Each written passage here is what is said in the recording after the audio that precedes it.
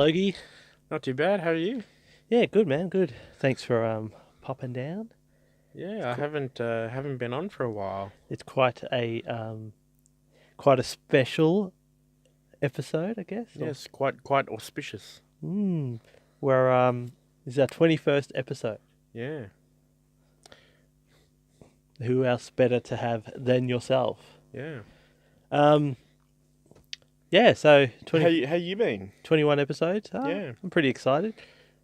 So how long have we been going for? I think around maybe 2 months. Just over 2 months, but I think it's when at last I checked the date, it's like 2 months. Certainly doesn't feel like that. It doesn't, does it? No. It definitely doesn't. It's come from an idea to something pretty cool in 2 months. It makes me pretty motivated to get it out there even more. Yeah. But the problem is... Like if we've already done all of this in 2 months, just imagine how much we could do in, But the problem is having it go this well in the short time frame. It's made me want everything now. But I got to trust the process. Just keep on keeping on. Yep. And just have little wins, like 21 episodes. That's a little win, tick. Yeah. I was reading statistics on podcasting in general, and they say it's like a crazy, like 50% don't make it past like 25 episodes or something. Yeah. So, yeah, I think that's I would actually believe that. you know why? Because I think it starts off as like a cool idea with people, Yeah. and then they actually start doing it, and they realize how much work is involved. Yeah. Trying to line everyone's schedule up, the equipment, social media, and then they're like, oh, they get like 10, 15, like starting to die down. Like you said it in a message quite well. It's like, was it the bonfires? Like what did you say? Like the bonfires like trickled into like a little, I don't know, died down into like a little flame or something. But yeah, 21 episodes, pretty cool. Yeah. You guys have probably been noticing that I'm not releasing 2 a week. I've decided to do 1 a week. That just allows me, in my view, to line up guests a bit easier. And just to prepare content. Yeah, prepare content, line up guest schedules a bit easier. Yeah. Give me time to do all the social media stuff, editing. Yeah. And just try and bring better content out there. Yeah. So I think, like I've got a few up there now that people can look back through. So I think one a week is the way to go. Actually, I actually just came to mind the fact that next weekend is actually a long weekend in Victoria for people outside of Victoria. Yep. Melbourne Cup weekend. Yep. And I was thinking we should. I know. This name has been bandied around this podcast quite a bit. Yet we haven't got him on. We should actually do an episode with Jamie, the big J man. Yeah. I actually talked to him the other day. Because last time I saw him, I lent him a few DVDs that he was interested in. Yep. So yep. Yeah, we should tee that up. And he never gave them back. Yeah, so we should probably tee something like that up for the long weekend. Yeah, I can try, but also 2 long weekend people have planned, but I can definitely try.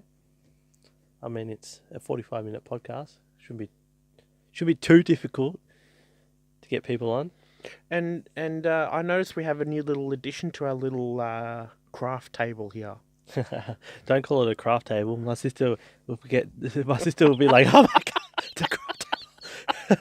I'm gonna make something and knit something for it." A craft table.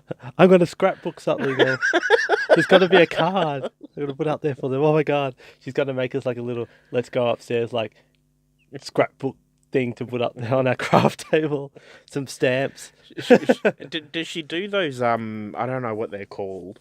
Those kind of canvas type things where you like thread through needles and it makes like an image. Yeah, I don't think she's gone full old lady just yet.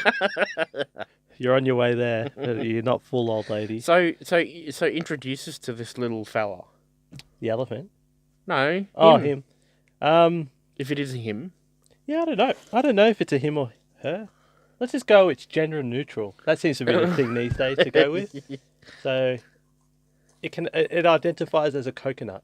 Okay. So that's I think. So That's is there a story behind it? Yeah. So I was cleaning some stuff out of storage, and I came across this little fella, which has obviously been in storage for a while. But back in 2010, I went on long time ago. I know. I went on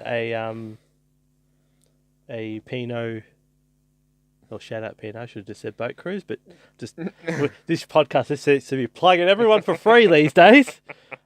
We had a strict no plugging restriction rule at the start, but now we plug everyone every episode. It's just gone out the window. But shout out to Pinot.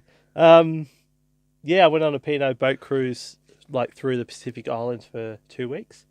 Me and the boys, back in the day. And this was one of my purchases from Vanuatu. Oh. It has survived multiple houses, multiple relationships, and the only thing missing from it is one tooth and an eye. So it's done pretty well. And funnily enough, for how long that you've had it for, it's the first time that I've seen it. Oh, really? Yeah. I thought you've seen it out and about. No. Oh. Yeah, there you go. Didn't got any. Oh, it's missing an earring, I think. I think he deserves a name. It's got a few battle scars. I think he deserves a fun, like a fun name. What do you think? What does he look like to you? Come up with like a native name. But without being racist, but like an exotic-y type. Yeah, it needs to be like a native, like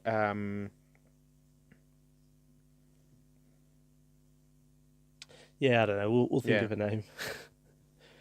I don't know. Yeah, it's hard because it's a coconut. You put the bear in the coconut and throw it all away. You put the bear. But that actually was a pretty cool trip. Yeah. So went. We did like Fiji, New Caledonia, Vanuatu. I think I purchased that in Vanuatu. I actually remember that because I think one of our friends had cancelled last minute, and I think you guys called me. I forget who it was. Yeah, seeing if I wanted to come, and it was a bit late. You being you can't do anything last minute. You're like, oh, I need 3 months to sort this out. I can't just go on a holiday last minute all paid for. What are you guys crazy? But yeah, it was. I think it was quite a fun holiday. Yeah, we're on board the Pacific Dawn back in 2010. So I think it would have been a fairly new boat in 2010 because it's still around now. Yeah, that would have been a very, very, when we were young, that would have been real, great place to. Or 20. How old was I? 2010. So I'm 31 now. What? Not 20 something. Yeah. So I was 20 years old. Never been overseas. That would have been like real prime, like. Getting pissed every night. Not really. No, I wasn't. To be honest, like I'm being truthfully honest. We drank a lot, but we weren't like getting like drunk every night and stuff. It was sort of just having a good time. Like we were drinking, don't get me wrong, but we weren't like making a fool of ourselves and stuff like that. But so I would have been 20 years old in Jesus. First time I've ever been remotely overseas. So I think it was exciting for that factor. Yeah. But I do remember like when all of us were all packed and we all went to the airport together. I was like, it's the most excited I've ever been to go on holiday somewhere else. It's like, oh my God, this is so awesome. Especially not only my first time, but going with people that Yeah. pretty cool. And having such a big group was pretty cool. That was a fun. A few fun activities happened on that boat, but let's just skim past that. But yeah, it was quite a fun trip. Yeah. And since then, I've been on a few trips, but that's where it all started for old Jace, or young Jace back then. 2010, I would have been an apprentice, diesel apprentice, just wondering what life is, just no money. So naive. Spending money on rotaries. So young and naive. Till today, I actually don't know how I got the money together to go on that trip. I must have had some willpower because I'd never had money back then. And all my friends can vouch for that. Like, I never had money back then. So I don't know how I got the money for that. But I made it happen. Yeah. 2010. What was I doing in 2010? Ooh, I just started a relationship in 2010. Okay. And that was hot and fresh. Now, what else? What were you doing in 2010? What was 20-year-old Logie doing? I was working.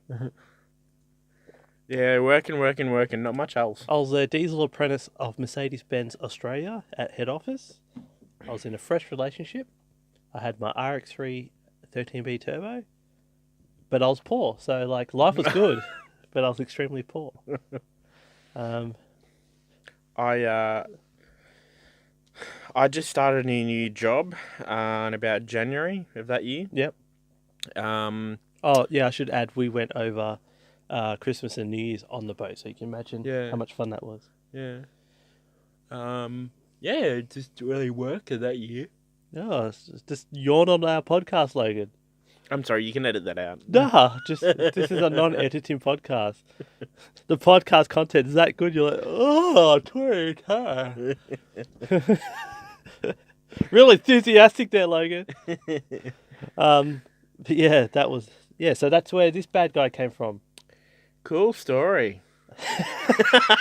All right, moving on. I don't know why we brought you back here, Logan. Moving on. Introduced us. You guys have seen some. Yes. You guys have seen some photos. Oh, nice of you to fire up there, Logan. When it comes to like decor, you're fired up. You've probably seen some photos on my story, but these are the official new chairs.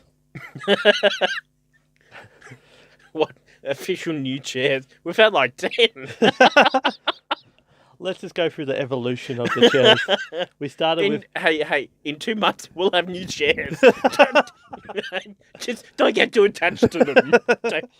Maybe we could just, like, every, 2 months, we can auction them off as the Let's Go Upstairs chairs. Yeah, and just find some new chairs online. Because we're, financially, we've got no sponsorships and stuff. When we have, a giveaway, we're like, give away our chairs. But only if you supply us with new chairs. No, I was lucky enough to find these chairs in a brand new condition. Yeah, they were actually really good. I actually had a funny... Especially the fact that you got them for free. Yeah, they were great. It was donated by a lovely person, so thank you. Not to be honest, I forgot her name, but we won't name names because I haven't met them. But she kindly donated the chairs, not to the podcast, by the way.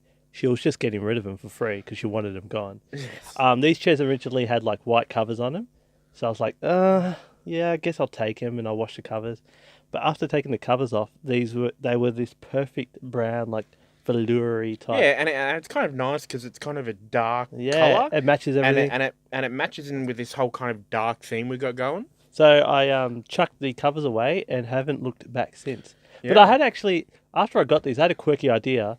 If I kept those old white dirty chairs, what I was thinking I could have done is every guest I had in, I could have had sign a bit of the chair. Yeah. You know what I mean? So in 2-3 years' time, the chair's covered in signatures, and you just don't sign where you sit. Yeah. I thought that would have been pretty cool. Yeah, that's an awesome idea. But I'm thinking I might do an idea like that, but maybe have something maybe attached to here or something. What, that people would sign? Yeah, like a picture frame with just blank canvas or something, and someone can just sign it as they leave or something like that. You know what a better idea is? I wouldn't mind something up here that says our name and stuff. You know what a better idea is? What's that, Logie? Now you're fired up. After every episode, right? Oh. After every episode, right? We take a group shot, and then we get it printed, or if you have a photo printer, and then we'll just have a board, and then we'll go past guests, and then we'll just all kind of montage it. That's the shittest idea I've ever heard. Okay. Let's have an old photo album on our wall, so then when we're talking, we just flick through and be like, oh, that was the time, Tion was on, or that was the time Richard was on, or that was the time blah blah blah was on. Or a better idea, version 2 of that is a digital photo frame. So as we're filming, it just goes through the photos. Nah. Don't like that idea? Nah. Fair enough. It's too too modern. This is a modern podcast, by the way. We're not podcasting in the we're not podcasting in the 60s. Hey, come on. We're what are we? Gen Y? Millennials? Right before? No. Oh no, yeah, we're pre-millennials. Yeah. Yeah. I don't know. What are we? We're Gen Y. Are we? In the era of disposable Kodak cameras and Nintendo 64 and Sega. Give me 2 seconds.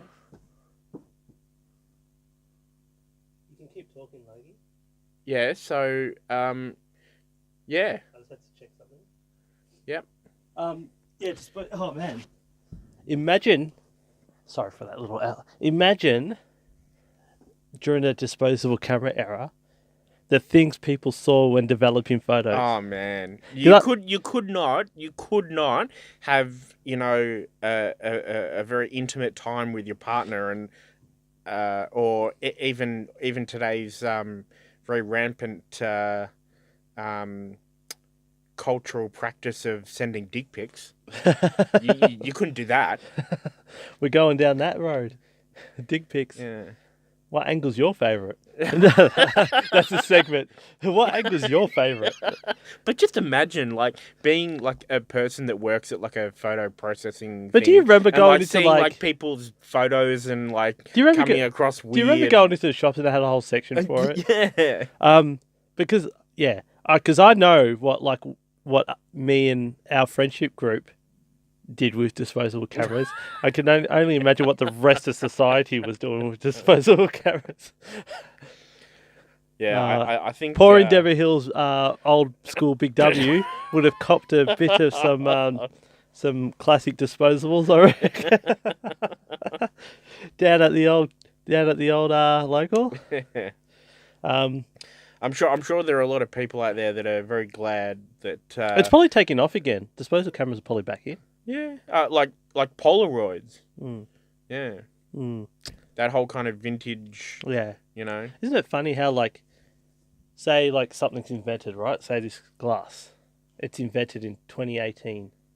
You buy it, nothing special but a glass, and then as the years go on, it becomes a shit glass, a terrible glass, a worthless glass, and then as the years go on, it starts coming back up. Everyone wants that glass. It starts becoming vintage. Ooh. No, but man, they're just different trends. Like a lot of the kind of 70s and 80s kind of decor and stuff like that comes back into fashion every now and then. Yeah, but how weird when we're say 40 or 50 or say 50, 60. Yeah. When this sort of just goes down and comes just back. 2018 stuff. It's vintage, and we're we're going to be vintage. Gee, I feel old. Yeah, we're going to be like the folks that's you know what I mean? Yeah. Yeah. I don't know. I'm not looking forward to getting old. I will embrace it, but I'm not looking forward to actually getting old. Me, I was born old. Bit of an old soul. Yeah.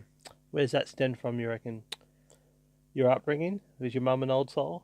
No, I think it's just personality. Yeah? Yeah. Because I was very, very mature for my age, very early on. You sure were. We've touched on this before, but you had a full beard in grade 6. Well, I mean, come on, mental maturity is a lot different than physical maturity, but but yeah, I kind of grew up quite quick in that way. Yeah. And I'm sure you did too. Is it because of situations that you think made you grow up quite quick?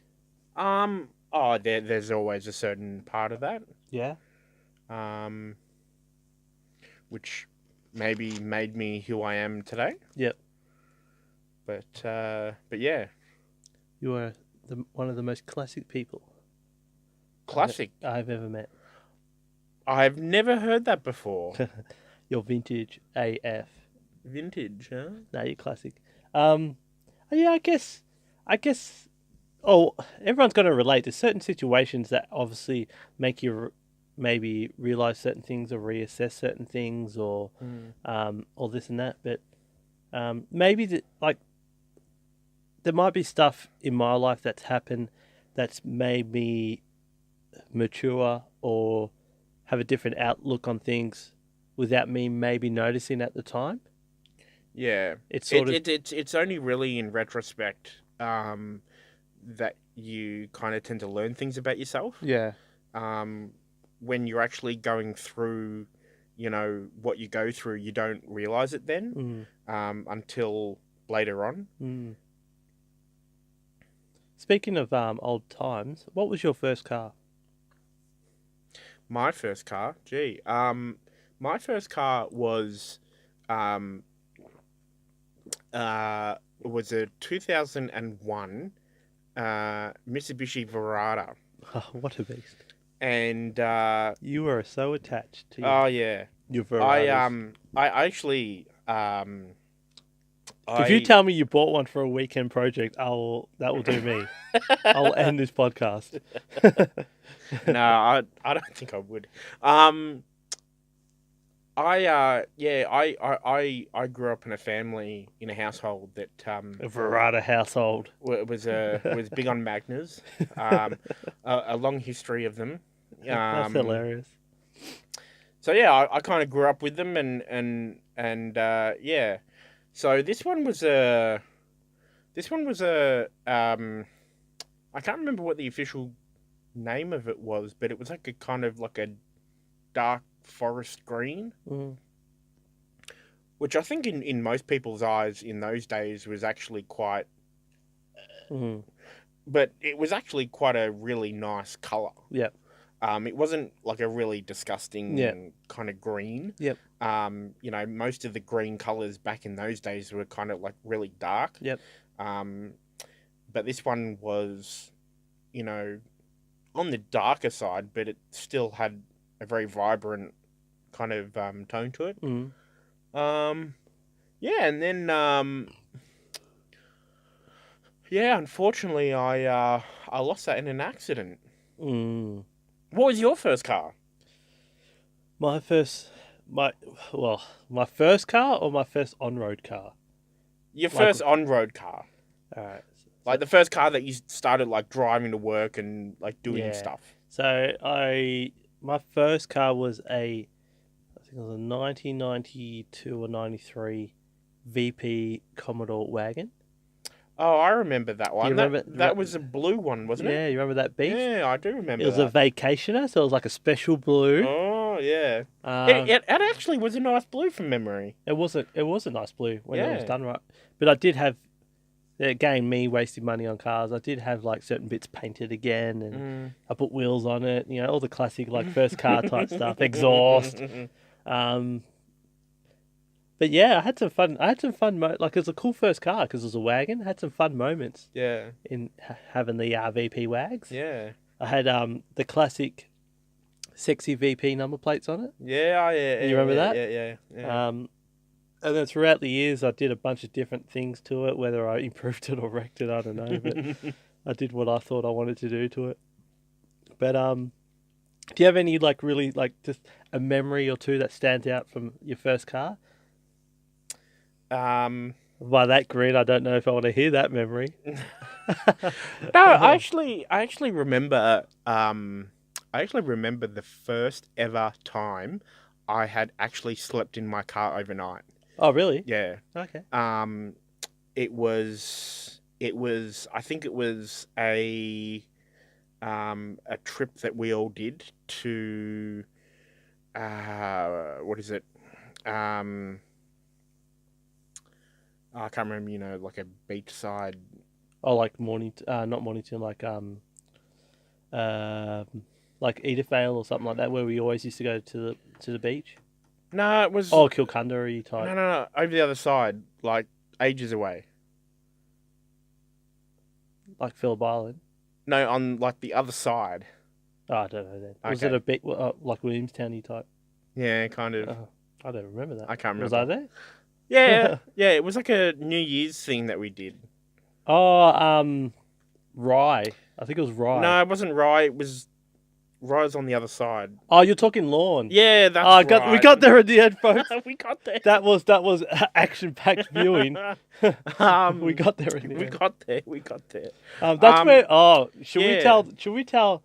I think you're there. That one. Should we tell the classic lawn story of how we went to lawn for New Year's Eve, but we had nowhere to camp, and where we end up. Yes, I remember that. Do you remember where we ended up? I remember that. So I think like back in the day, our mate Brett was the one that used to like want to sort of organise those sort of things, and we'd all just follow suit. Because we had nothing better on going in. Yeah. Better going on in our lives, so we're just like follow Brett. So anyway, he decided wanted to go to lawn, so all of us decided we'll go to lawn as well. But obviously, lawn over New Year's is quite booked. Oh yeah, it is. Quite booked. You have to book in like the previous year. Yeah. So like we had no accommodation. Yeah. We bought camping things, but we didn't even book a camping spot. Now I think about it, it's like how ridiculous It's pretty stupid. Like we just decided to go to lawn with nothing booked. Like where were we thinking? Anyway, we all got to lawn, and I don't know if it was by coincidence or if he's camped there before, but in the back streets of lawn, like in a suburban house like street, there's an old It was like an old electricity like thing, wasn't it? There's an old like power electricity like Telstra type. Yeah, like transfer station or something. something. Yeah, like those mini transfer stations that might be like between two properties. Yeah. And it's just like a little brick building. Yeah. With a little bit of land around it. Anyway, we just set up our tents around this electricity box in the middle of like suburbia. And I remember like number one, I thought it was so ridiculous because we're just like camping there, yeah. And I was so the thing about me back in those days, I used to get really paranoid about that sort of stuff, like getting caught and whatnot. But now I think about it, it's like, what? Who cares? We're camping in a spot we're not meant to camp. Like, what? They're going to lock me up. But like back then I was really paranoid. So not only was I paranoid about camping around a Telstra electricity box and thinking they're going to come and check their box and we're just going to be there. Number two, I was really paranoid about being around, like in between houses. Because obviously it was New Year's Eve, we wanted to like drink and have a good time and party and stuff. Yeah. But I was really paranoid of making noise in case they dob on us or something. You know what I mean? Yeah. But what a classic time, yeah. Oh man, what a classic time that was. Wow. So obviously we set up there, and I think some people slept in cars and whatnot, and we got away with it. Yeah. And it was quite a fun. Lawn is one of my favourite beaches. Going off topic, probably my favourite beach in Melbourne. Yeah. Such a beautiful area. Not technically Melbourne, but yeah, quite a far away. Yeah. Well, yeah, Victoria. Yeah. But such a beautiful place. Yeah. What other fun times? Oh, I've been up to Murray a bit with Brett and stuff on some tennis trips. Like a houseboat? No, we just camped on the Murray. Ah, okay. Oh yeah, I remember that. Going up there for tennis. Yeah. I'll tell you one story that I remember about the Murray, which my mates always remind me of. So I went up there with like a few mates, and I shared a tent with couple of my mates. I think it was Daniel and Dale. So Daniel had one end of the tent, Dale had another end, and I never had any camping stuff back then, so I always just used to leech off everyone else. That was pretty much my youth, just leech. He still does. My youth was just leeching off everyone else's stuff. But I slept into like the lounger bit of the tent, like the middle bit. Yeah. And and you get all trampled all over by people like. No, it wasn't that, but like I didn't mind that. But I distinctly remember like this season we went up there, it was just like full of mosquitoes. Oh. Like that, it was like a mosquito plague now that I think about. Like it was so bad. Yeah. Like we had to sit in the car and be like, right, quickly set the tent up. We'd be like, set the tent up going. But anyway, I remember like we were all sleeping and the mosquitoes were that bad. You could hear them. No, you could hear them, but they were just everywhere, yeah? Yeah. But I really needed to go to the toilet. Like I really needed to go to the toilet to do number one. But like I didn't want to get eaten by the mosquitoes. So some of the stupid stuff I've done. So what I did was, because I was in the middle bit, I was obviously in the entry. So what I did was I just unzipped the tent a little bit and I put my Yeah, okay, we get the idea now. I put my young fella at the time outside the little hole, Yeah, we and I just peed in front of the tent. But for some reason, like I think Dale and Daniel must have woken up or something, and they could just see like the splashback coming like slightly back onto the tent, and they're like, "Man, what are you doing? You're like, get out of the tent! You're peeing on the tent! What are you doing?" Oh, God. But I was like, "Man, I want to get eaten by mosquitoes." So that's one of the classic. That's hilarious. Yeah, that's one of the classic times. There's been many classic times which I'll bring a story or two on a couple podcasts in the future. But Yeah, we certainly have been on a pretty good run of memorable trips. I remember one Brett might hate me for this, but I remember one time in his old Subaru, we camped at the Murray again, and there was like a little dirt track to go back to the main road from the Murray. Anyway, we came back from town back towards the Murray, so we're going along this dirt track, and because he was in a Subaru four-wheel drive, he decided to be Colin McRae. He decided that he was a gun rally driver and was Colin McRae. So he started trying to drift corners and like pulling handbrakes and stuff. Anyway, this one time he pulled, because like no disrespect to Brett, he was not a rally driver. So like this one time he pulled the handbrake. We went sliding. He didn't know how to like correct it again. So it's just like, imagine going around a bend on a dirt track. The handbrake's pulled and it's like you've just held the handbrake. Yeah. So your car's just sliding, not turning. Yeah. Anyway, we slid. We hit a ditch. He broke all the left front of his car. Oh no. I remember like his whole like suspension, everything was all bent and everything. Oh. And what I ended up doing was like I ended up because he bent the guard, like the car was mangled. Oh. So we ended up, I think, like pulling the wheel off, and I just full like bush mechanicked it. I got like a hammer and I was just hammering the guard out so the wheel wouldn't hit the guard and stuff. Yeah. So I was hammering the guard out the way, and like he ended up having to we were okay. It was a pretty hard ditch hit, but we were all okay. Yeah. But he ended up having to like limp mode it like all the way to like in town to some like accident repair place. Yeah. And then like we all left, and then he had to come back in a week to pick up his fixed car back to the Murray. Oh, that's hilarious. But some of the stupid things we've done, like I remember That is pretty stupid. I remember in my first car in the VP, I was staying at Dale's house back in the day, which was in Dever Hills. It was his mum's house, and it was in like a little court, and I remember like pulling up there, and I must have been maybe arriving for like to stay a couple of nights or whatever, but I started at like 3 houses or 2 houses down, and I started doing a burnout in my wagon, coming like so from the top of the court, coming like down. So I started this burnout. So I was on the brake, as you call it, which is just like when your car's stationary and the wheels are spinning. Yeah. So I started the burnout from like 2 houses back, and I just kept like creeping forward, past his neighbour, past the next house, and then like for some reason his garage door was open.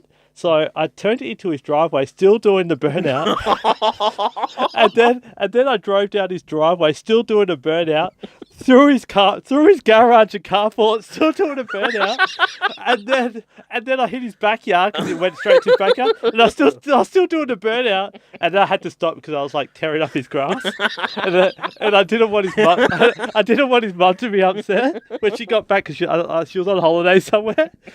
But That's hilarious. But I said today, I'm like, Matt, is your mum ever like, why is it a black, because it was a single pegger, which only spun one wheel. Why is there one black line from like 3 houses up going to our driveway and then to our backyard? Like, what happened, Dale? But I don't know. I don't actually know what the outcome of that was. But some of the funny things we used to do back in the day was hilarious. But yeah, it was good memories. Yeah. It was still innocent fun. Yeah. Because that wasn't really hurting no one. Yeah. But it's like when you think now, you're like, that was pretty stupid. yeah, maybe I should have thought about it. But it's a good story. At that age, you don't. Yeah, it's still a good story though, Yeah. in my opinion. What else? I haven't. Yeah, I remember. I remember taking the wagon cruising on Prinny Highway. Yeah. Prinny Highway Friday, Saturday nights. Car wasn't powerful at all. It's just a stock VP wagon with like an exhaust, but like it's still fun. What was the go-to, like Noble Park Macca's?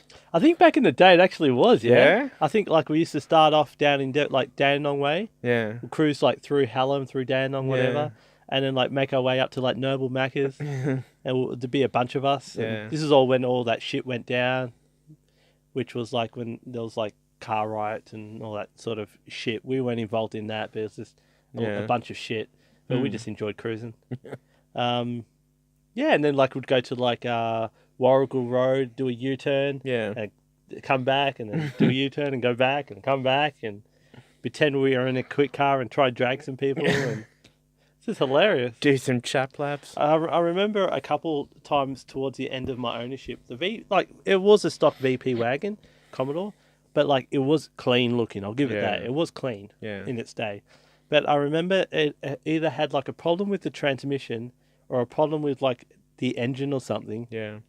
But whenever I like put my foot down, it would make this like whine noise that sounded like I had a supercharger. Okay. So like, even though it didn't have a supercharger, it was like a stock V6. I still remember like taking off from a set of lights just to get that noise happening, just so like people would think I'm cool because it sounds like I've got like a supercharged wagon. Even though it could have like been something bad. Yeah, but I'll just make sure I never dragged anyone because then they'll know that I was slow. Yeah. So we had some classic times. Yeah. Yeah, I didn't really do like any kind of cruising per se back in my day. Yeah, you weren't really into that sort of scene. Like most of like my car driving stuff back in the day was probably more for work. I used to do a lot of driving around regional Victoria, which I quite enjoyed. So yeah.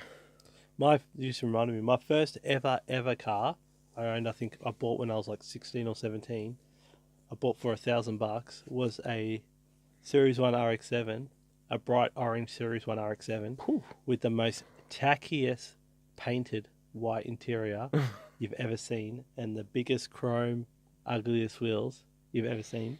I bought it as like a roller. An exterior orange colour with an interior white. Yeah. Yeah, it was very what you would call sex spec back then. Okay. Which was, or you'd call I forget the name, but there was a couple tacky car shows that used to have all that sort of shit in it. Okay. Auto salon. It was very like auto salon-ish. Okay. And I bought it with no motor and stuff, and I was like, I was going to do it up and get it on the road. But yeah, I think I got the VP wagon from Richard. I think it was his car. Okay. And then I just sort of course, added my flavour to it. But you think back, like we're obviously reminiscing about some memories. You think back in like a memory will come to you, like, I forgot about that. You know what I mean? I've had a lot of cars. Yeah, I've never really been one for like, doing anything with cars. Yeah. I've always been like the stock guy. Yeah. Yeah. Yeah, that's pretty much about it. I mean, the only thing I probably would have done was redo my stereo unit, but You still didn't even get around to doing that, did you? Oh, in your Verada, didn't you? oh no, yeah, I did. In your Verada, Yeah. you did it, yeah. Yeah, But you wanted to do it in your old Beamer or something. yeah. Never got the chance. That poor Beamer. You know what? Like, when I when I had to let go of it, I wasn't really like, I was more like, I just want to get rid of it. But like, it's funny. Lately, I've been kind of finding myself, every now and then kind of just thinking about that car. And I'm like, really? oh, gee, I kind of miss that now. It's amazing how people get attached to objects. Yeah. Like I've been attached to cars in the past. It's amazing, like just a piece of metal with a motor and stuff. but like you get an attachment to it. It's like become sort of part of you and part of your family and all that sort of stuff. I mean, like my previous two cars that I had, which were both for riders, I did have a very like big attachment to it because obviously it was like my upbringing and it was kind of a, I don't know, it was this kind of weird kind of connection to at me being as an adult and a grown up back to like, you know, when I was a kid and like, you know, having that. But then obviously once I got the Beamer, I didn't really have an emotional attachment to it because, you know, it really didn't kind of have any kind of connection to anything. But you didn't have it long enough to build an attachment. Well, I did a bit. Yeah. I mean, I had the car for 2 years nearly. But yeah. What about this current ball and Beamer you got? Is there an attachment to that yet? Not really. Not at the moment. No. I'm sure there will be in time. but yeah, there's you took me for a drive in that today, just quickly. Yeah. Took me down to pick up my some of you guys might have seen it on my story as well, that old bright yellow lemon XF Falcon I bought. Yeah. 1985 weapon of a Falcon. And I'm thinking, I actually thought this before, if you actually count it, it's so 85, 95, 05, 15. So it's like 33 years old. What an old car, yeah? That's old. Yeah, so I bought an old XF Falcon and I picked it up from Noble Park on a permit. And the whole car's in undercoat pretty much. And it's got no mirrors. It's got tape everywhere and looks ghetto as. And I drove it from Noble Park to Dandenong, 4Ks away. And in that 4Ks, I was just like, oh, wow. This is just classic. This is just a classic drive. I haven't done a drive like this for a while where I've driven a car that looks this bad. The car's not rusty at all, but it just looks horrible to look at. It needs a paint job. But I haven't done that in a very long time. Those 4Ks were just a hilarious 4K drive. So how did this whole car come about? I got offered it through a friend. Okay. I saw it and sort of had a chat to him and got it for a sort of a really good price. And if anyone knows the 80s Falcons, they know that usually they're just full of rust and are known for that. This one was it because back in the day they didn't have so much like rust protection. Yeah, I think someone can correct me that's more into them, but I think they just weren't manufactured correctly or protected correctly from factory. I think Ford did a shit job at that era. Okay. Plus they were really boxy cars, so they probably had water in spots they shouldn't. Yeah. So I went and had a look at it, and I was just amazed. It was so clean. Besides the paint, because the previous owner was rubbing it back to paint it. The car is so straight. It's 100% rust free, and I looked over it properly.